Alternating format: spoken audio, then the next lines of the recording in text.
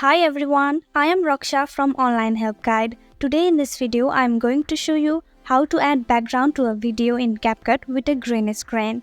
Let's dive into the video. Start by opening CapCut. Then tap on New Project.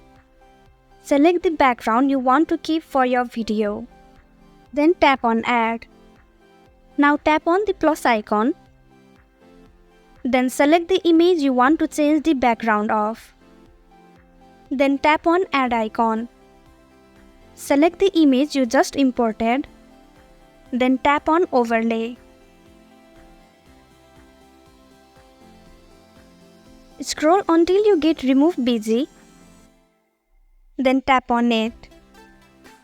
Now select the Chroma Key. Move the color picker to the green color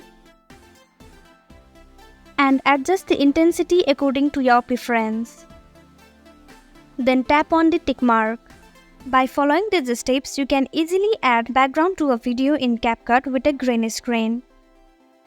Thank you for watching Online Help Guide. Hope this video was helpful. If it was, hit the like button and comment down if you have any questions or feedback. Also, if you are new to our channel, subscribe and hit the bell icon so you don't miss our upcoming videos.